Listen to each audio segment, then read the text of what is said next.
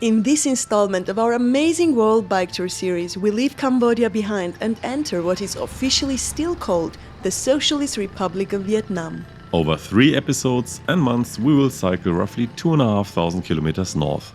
It is going to be another great adventure. But first, we need to get in. This is the Precha Cat Tien International Border, the southernmost crossing.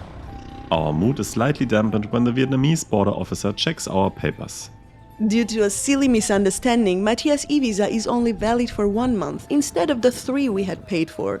This is hilarious because German passport holders get 45 days visa-free entry to the country. However, we will have to worry about that later. Our first objective is actually getting off mainland Vietnam immediately.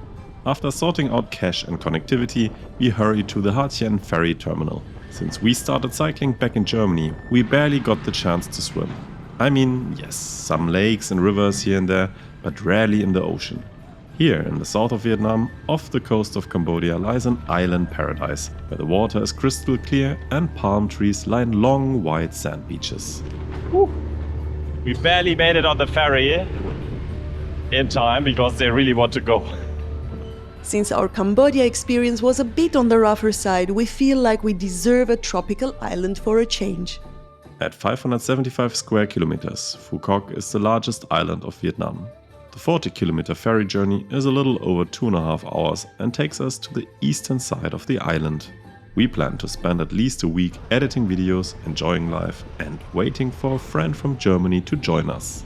It is shoulder season in Vietnam. This works great for us. Cheap rooms and plenty of space on the beach. As the sun is about to set, Mathias has a brilliant idea how to shave 2.5 kilometers off the route to our first guest house. I decided to take a turn to make a little shortcut. I'm pretty sure that this will cost us a lot more time, and it's a little weird because it looks like this is the end of the world happening. Arev is struggling with the condition of the road. There's a lot of dogs too, and everyone around us it looks like this. Arev's mood is immediately as good as it gets, as there's little that she loves more than cycling on soft sand. Really. Anyways, we are glad that we chose the little fisher village Ham Ninh for our first few days in the country. It is very much untouristic and the locals give us a very warm welcome. We even got a dinner invitation immediately after our arrival. Despite the language barrier, we spent a lovely evening. Today we go on a little hiking tour on Phu Quoc, on that island. We are really sorry. While the Latin-based script makes reading seem easy, getting the pronunciation right is nearly impossible. And into the jungle, nice. Vietnamese is a tonal language, so a slight change in tone alters the meaning fundamentally. The path is too narrow. I can't get past him. After basically calling me fat, Arev fails miserably to be Jane. But I think for the monkeys it's good. But all jokes aside, this is our first proper hike in a jungle, and we are very impressed by the lush nature around us. There are lianas and funky trees with very odd root systems left and right. It is extremely muggy. There is thick, oppressively hot and incredibly humid. Also, the trail gets steeper by the minute and eventually we are going almost vertical. Oh my god. I'm sweating so hard. Oh shit. Oh my god. Ugh. Oh.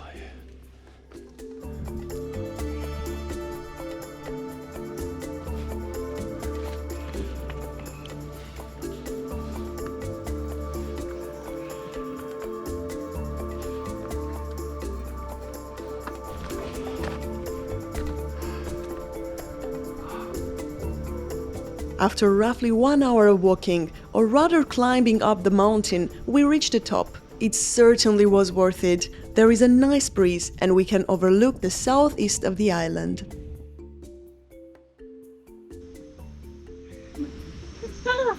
Hugging trees. Wow. Mad.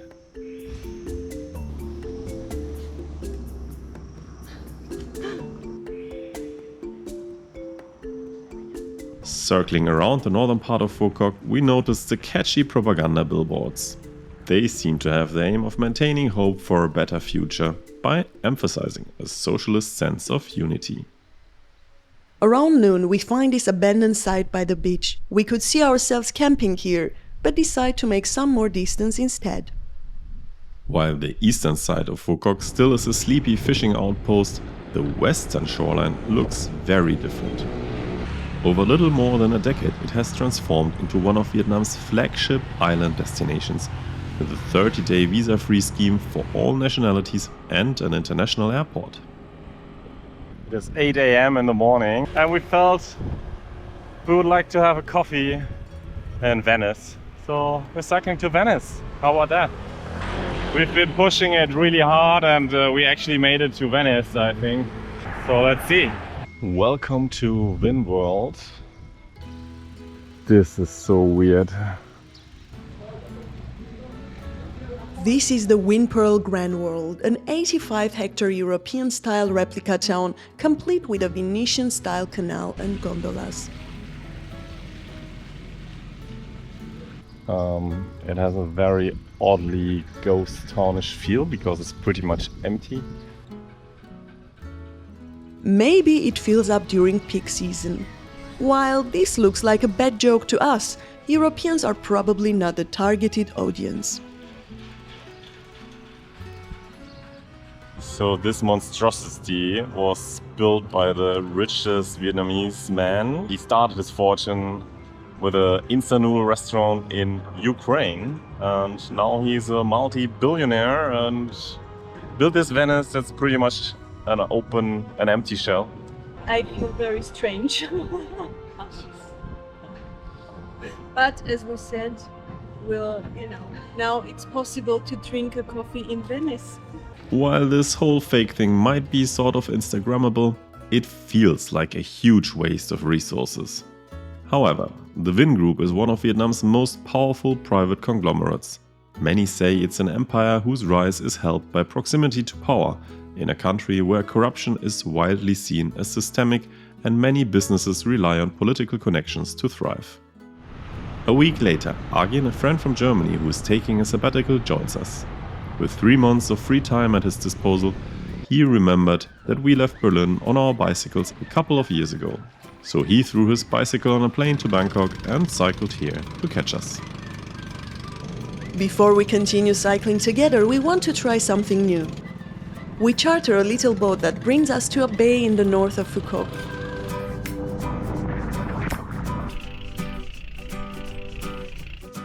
This looks like paradise. Turquoise water and no one around.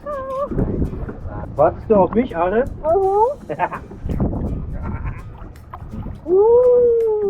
Was denn? Geil!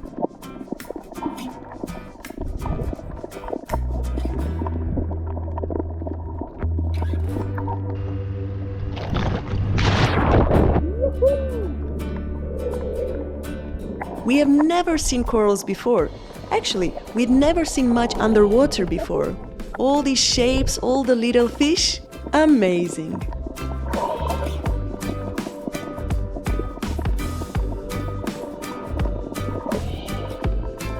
Fascinated, we paddle around for at least an hour.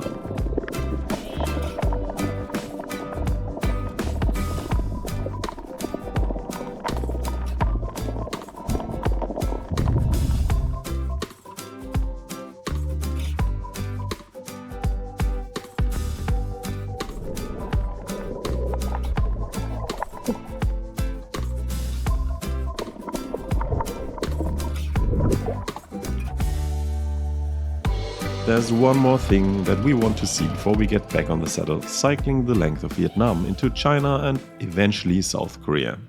Phu Quoc Prison, also known as the Coconut Tree Prison, is a detention site first built by the French in 1950. It was subsequently expanded and reused during the Vietnam War. Today it is a museum showcasing the brutal methods with which the US-backed forces of South Vietnam, here called terrorists, treated the communist liberators from the north. It does so with staged scenes of torture and resistance. Undoubtedly, POWs in this camp suffered horrendous cruelty.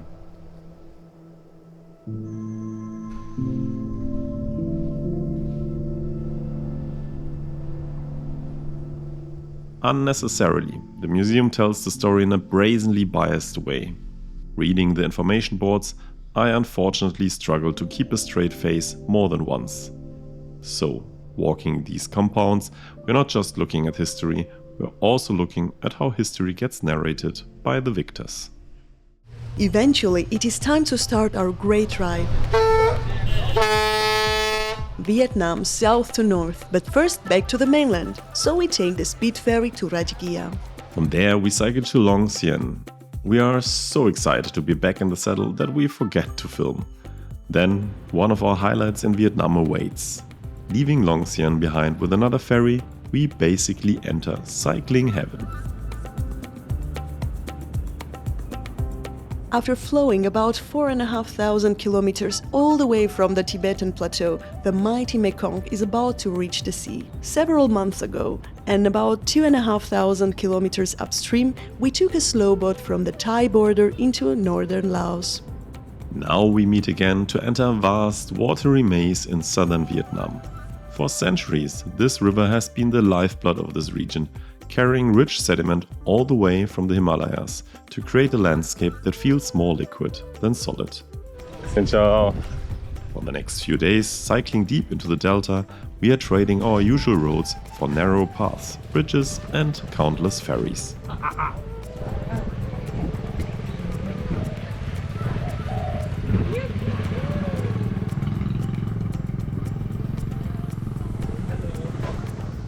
It is a massive 40,500 square kilometer labyrinth, an area roughly the size of Switzerland.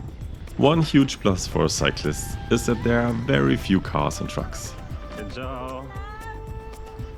Most transport is done via the waterways, especially the heavy lifting. In Vietnam, it is called the River of the Nine Dragons, although today silting and dams have reduced those primary dragons to 6 or 7 active outlets. The real complexity, however, is in the secondary network.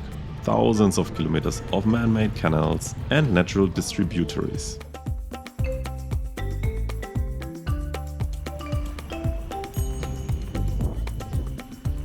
Xin chào.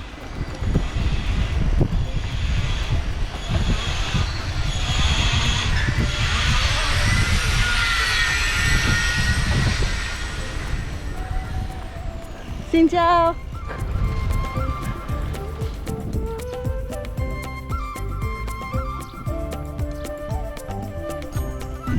Chào. Hello. Chờ tư đây bà con cô bác ơi. Chờ tư đây bà con cô bác ơi. Chờ tư đây bà con cô bác ơi.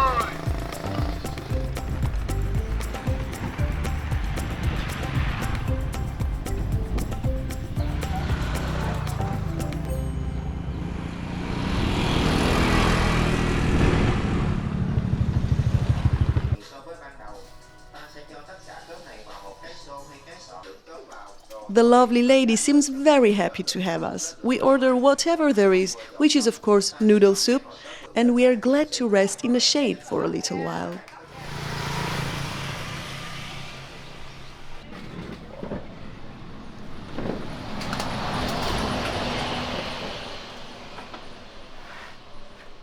Come on. Thank you. Very, very pungent, very strong flavor. She said I should put it in the soup, so I will put a little bit of soup. Tiny little bit. As per usual, Arev is not a fan of the big and plentiful cubes of blood curd and instead focuses on conversing with our host.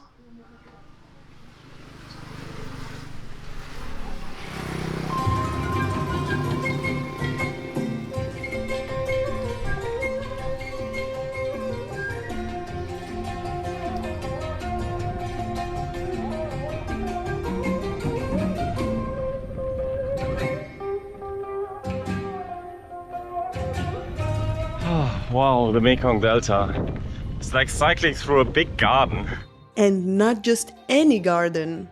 The delta is also one of the most productive rice bowls on the planet. This single region produces half of the entire country's rice harvest. If you ever bought Vietnamese rice, it almost certainly came from the delta.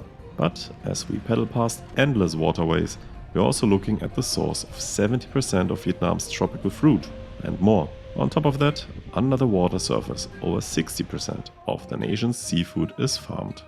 So it's not just a beautiful landscape. It is the agricultural heart of Vietnam.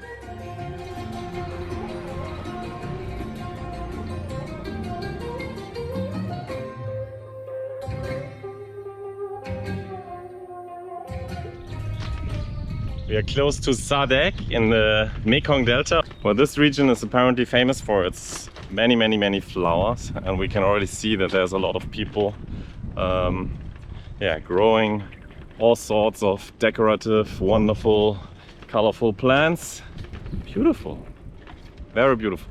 Obviously the Mekong Delta is a very densely populated area because the soil is very good. Every year with the floods from higher up of the Mekong River, a lot of good soil gets here. So this is why everything is lush, green, colorful, beautiful. If you visit in the month leading up to the Lunar New Year, the delta bursts into color. Local farmers cultivate tens of millions of pots of vibrant chrysanthemums, roses, and the iconic yellow apricot blossoms.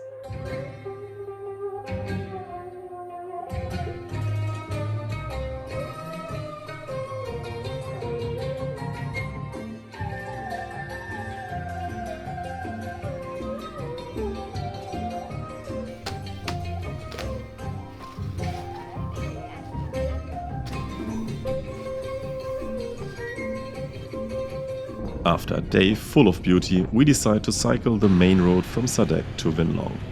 Argen wants to ride faster. He has a much more limited amount of time for his journey.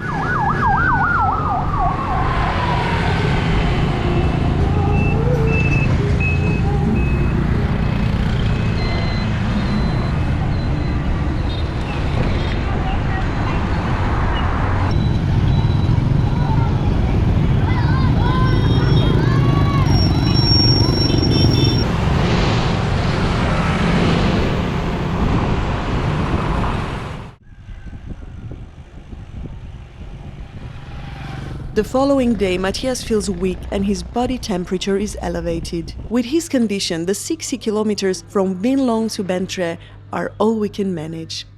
The next day, Argen decides to push straight north to Ho Chi Minh City. I feel better, but certainly not like doing 100 kilometers on busy roads. We rather enjoy some more peace and quietness and agree to meet again in the big city.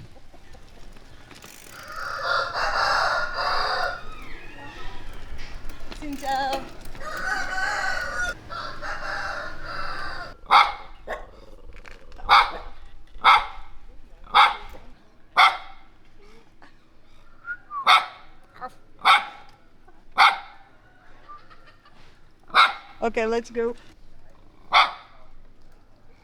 Cycling the Mekong Delta feels like paradise. It's so beautiful. There are so many beautiful palm trees. There is no traffic. The roads are fine. I'm really enjoying this.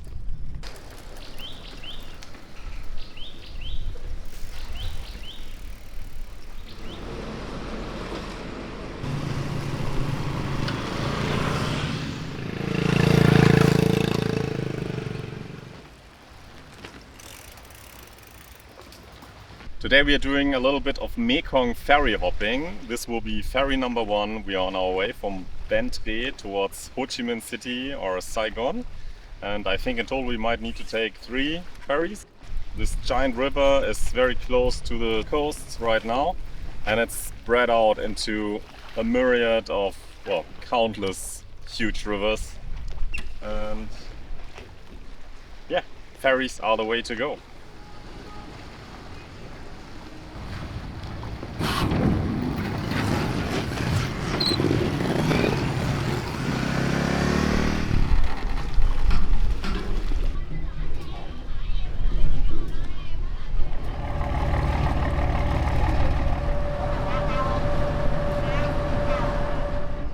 The small island of Con Tao is only 7.5 kilometers long and 1.5 kilometers wide. This ferry is a lot smaller and there is not one car on it. We are not entirely sure if there's a ferry ticket off this island in the north. With the big and busy ferry crossings, we usually find some clues online, but not in this case. On the map it looked like there should be a little service, but there's no up-to-date information. There really isn't much on this island, except plenty of coconuts. But even if we would find some empty land, it is way too hot to camp outside. We have to make it to the next city. So where is that ferry? That looks like a little roadblock here.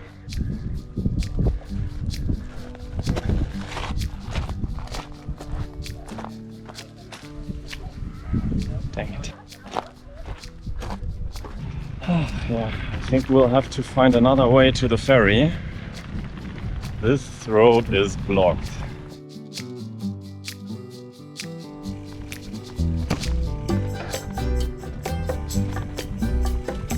Oh. Hopefully this one is the right way to the ferry.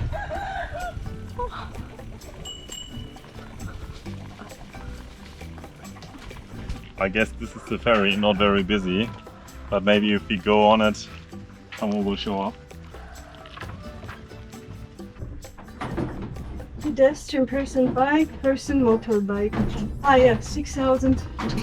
So 4,000 is a person, 6,000 person with a bicycle, 8,000 person with motorbike.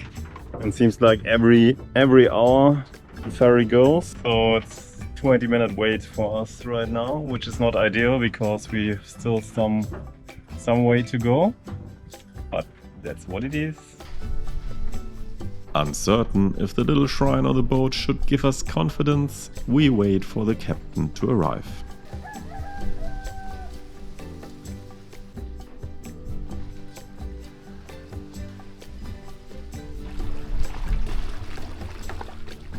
Now this boat is a little bit smaller, cuter. It's very nice to share it with all these nice people. 4 of them.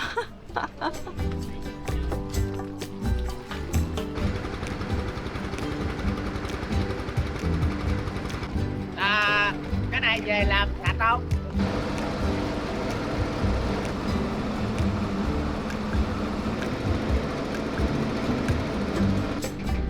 Hello, bye bye.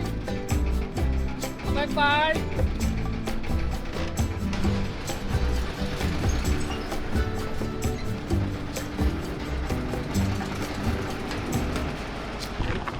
Also ich habe das Gefühl, dass Vietnam ist momentan mein Lieblingsland, wenn dann die Südasiatischen. Wow. Yes, it's okay. It's okay, it's okay. I think I just heard a coconut falling down a palm tree. You don't want to hit that to your head. Even though the next city is still about 30 kilometers away, we stop at the next noodle soup place. We did not have lunch and are ravenously hungry.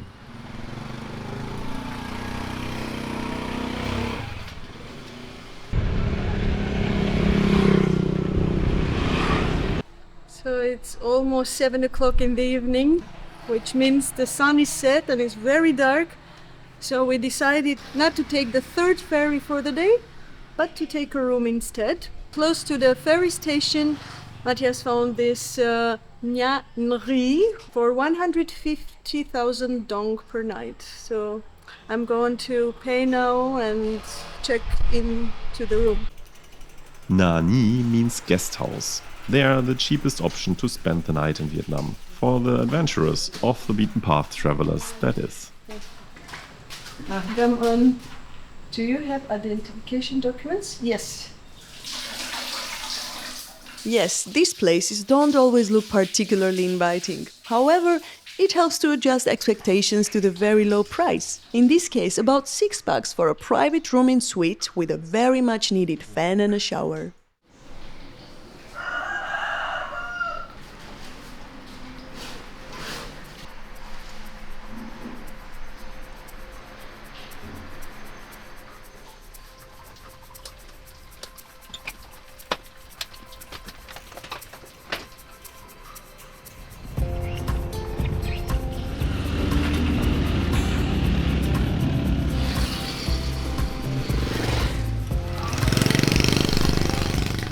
following morning we reach the next ferry terminal, but first, breakfast.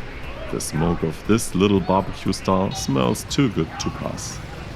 The man in the grey t-shirt sitting in the cafe in the back seems delighted to see us. I immediately devour my sandwich and want to buy another one, but He's inviting me for one. He does not allow me to pay. He is inviting me for a banh mi for breakfast.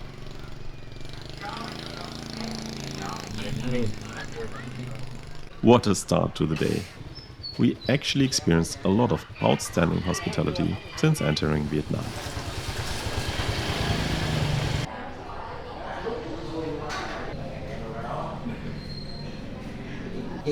What time is Mathias? Not even 9 a.m. I'm waiting for the ferry. It's arriving right now, and any moment they will open the door and we can board the ferry.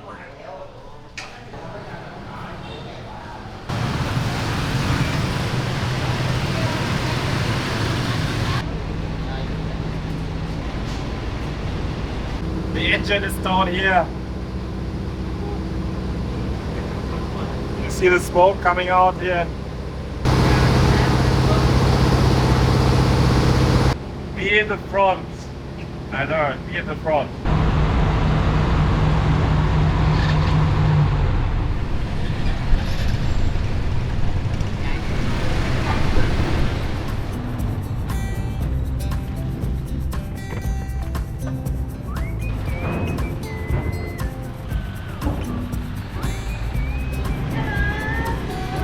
Xin chào.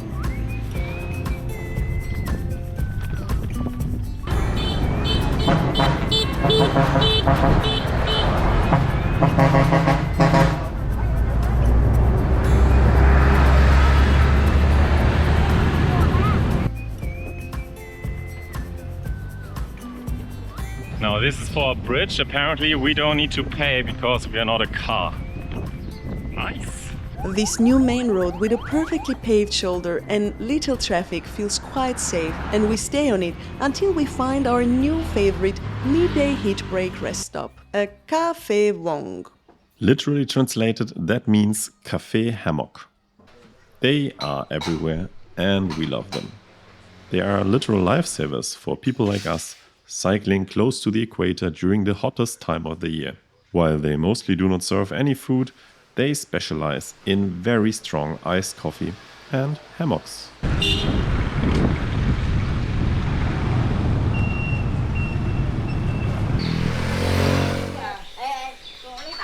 Luckily, in the next city we find our favorite type of Vietnamese eatery.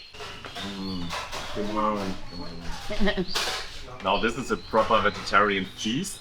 We are in a Kom Chai or something like this. It's a vegetarian restaurant. They are all over Vietnam. This is amazing, and look at this. They are so creative. Tons of different vegetables, tons of different soy-based products for the protein, all deliciously prepared. Amazing, thank you.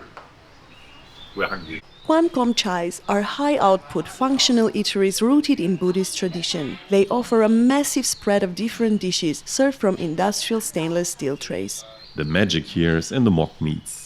Seitan, tofu skin and mushrooms manipulated to mirror the texture and umami of pork, fish and poultry.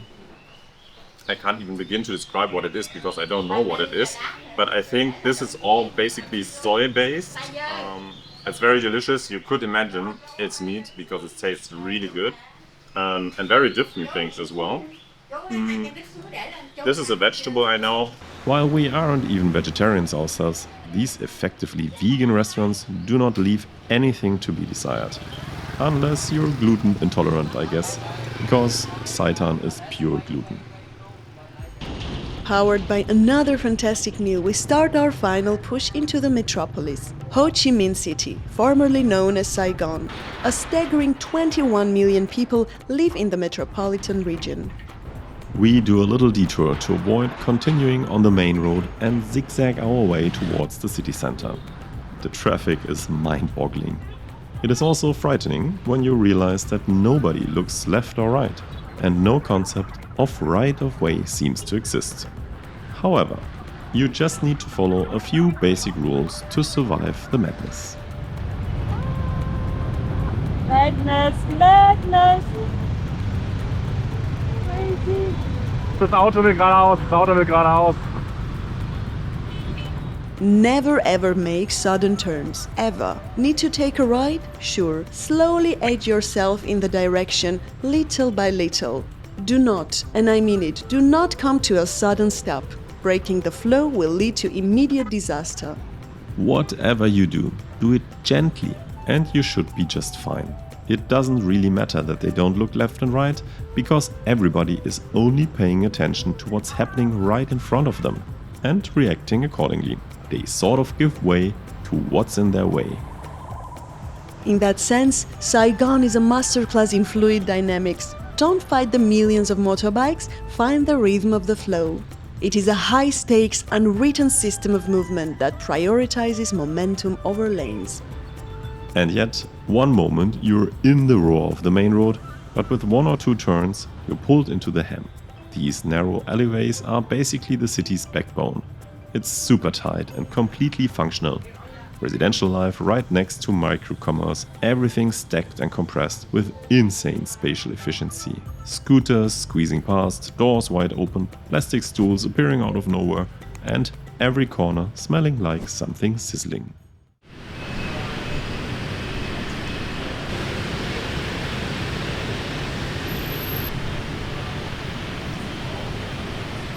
We meet our friend Argin again, and together we are diving into this city's food culture. We are in the middle of Saigon, Ho Chi Minh City, and now we're just walking through the neighborhood here. We are all hungry, so we found this place. They have vegetarian food. Hopefully. We have no clue what to order, which is why we democratically decide to let Arev do the talking. Not that she would understand any Vietnamese.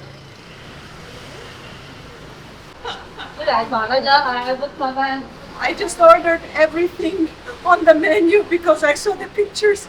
So I ordered 3 dishes. I'm excited. After just a short wait, our table is full of food. How should we eat it? I will cut this in pieces, but what is this? I don't know. So far we mostly had noodle soups and vegan buffets, but this looks very different. That looks like bacon, but it's not. Apparently, the lady recommended 3 of Saigon's classics. Oh. Ban Cot are tiny, crispy and savory pancakes made from a rice flour batter, enriched with coconut milk and colored with turmeric. Usually there is a protein-rich filling, in our case, mung beans. Then we have banh xeo, the famous sizzling Vietnamese crab that crackles in the pan as it cooks. It is typically folded around a combination of savory, fresh and textured ingredients and served with loads of lettuce and herbs for wrapping and a sweet and sour marinade for dipping. In the third dish, the rice paper works as the vessel to deliver the fresh and delicious fillings. One can dip it in water to make it soft, but that's optional. Okay. Come on.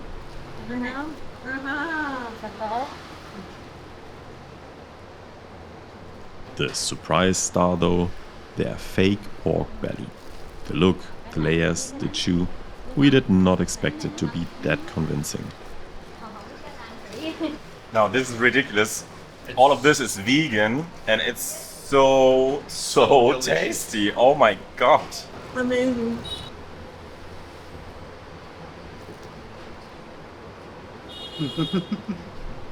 Unbelievable. It's so good. Yes, the food is amazing, but the main reason for coming to Saigon is a different one.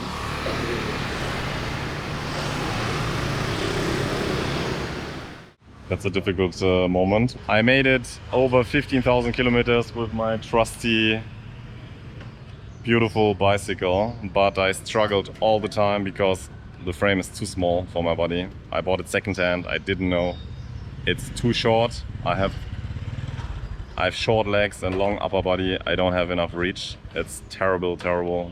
I have a lot of problems with my seating position ever since we left Germany. I tried a ton of different things and it just doesn't help. It's time to do something about it and we are trying to figure out how to do that exactly right now. So because I have a very specific Son dynamo hub that works only with my fork, I'm gonna keep my fork and We're only changing the main frame to the biggest one that they sell here. It's a Chinese-made frame from a company that goes by the name LKLM. And that's what it's gonna be. Taking my steel horse apart is a very difficult decision. However, I can't take the saddle sores and back pain anymore either. That's it, it's decided. We're gonna rebuild my bike with a new frame. Served me well, as well as it could, being too small. After trying different extensions for the handlebar and saddle, I ultimately realized that I had to swap the frame. However, by that time we had entered Iran. This is the first time I found a decently sized touring frame since. They will now strip my bicycle and transplant the components. In the meantime, we dive a little deeper into the city. At night, Saigon feels like endless headlights, endless horns, a stream of motorbikes that never really stops. At the big crossroads, the city surges in every direction at once. Crossing these streets can seem like an impossible endeavor. However, again, the trick is to just keep walking at a predictable pace. Because of the extremely hot and humid climate, everything comes to life after sunset.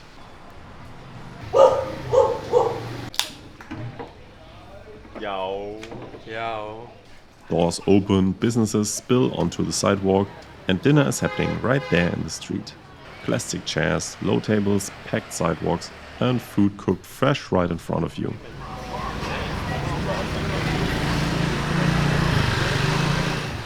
In the night markets, every stall is a dare and an invitation at the same time. Cool drinks and steaming pots everywhere. Octopus from the grill, all sorts of mussels, snails and oysters piled high, flames licking the pan, smoke and salt in the air. We see mountains of seafood we can't even name.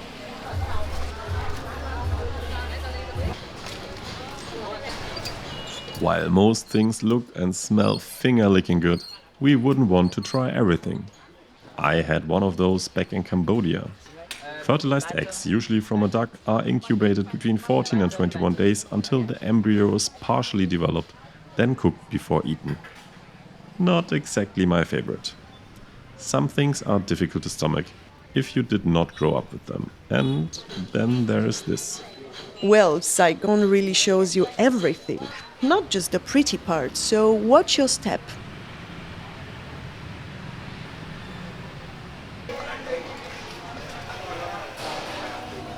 A little later, we wander into a quieter neighborhood. Tired from all the walking and eating, we sit down in this pleasant establishment. Here, people eat, drink, and delight the entire neighborhood by butchering their favorite songs.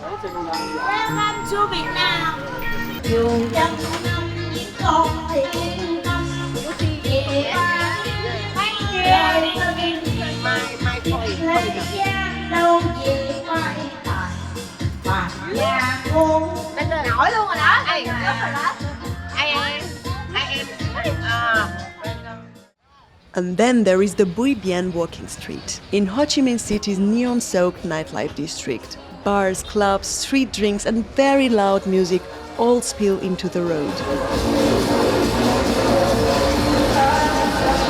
It is so full, it feels like the whole street turns into one moving crowd. It's a mashup of cheap beers, live music and DJs, street snacks, performers, exotic dancers, massage parlor signs, and people watching, tourists and locals alike, mixing in the same dense, chaotic energy. The vibe is fun and surreal, but intense. Sensory overload, shoulder-to-shoulder moments, and the kind of place where you keep your awareness up while soaking it in.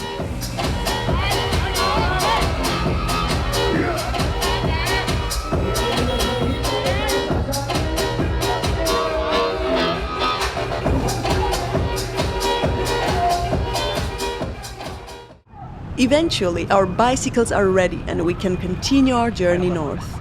Our route out of the city leads us over some busy and loud major roads, where effective and clear communication is paramount. Nee. Ja. Geradeaus. Go, go, go. Nein, nein, nein. Hier, hier, hier. Warte kurz, warte kurz, warte kurz.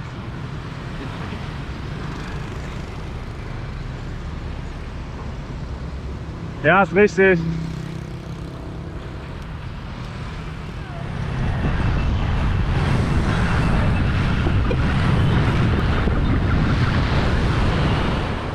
We're leaving Saigon. I'm on my brand new Chinese-German hybrid bicycle. So far it feels really good. I'm happy. And let's see how it goes. After the river crossing, the population density decreases rapidly. Soon we find ourselves on this massive but very quiet highway leading to the coast, where we take one last ferry.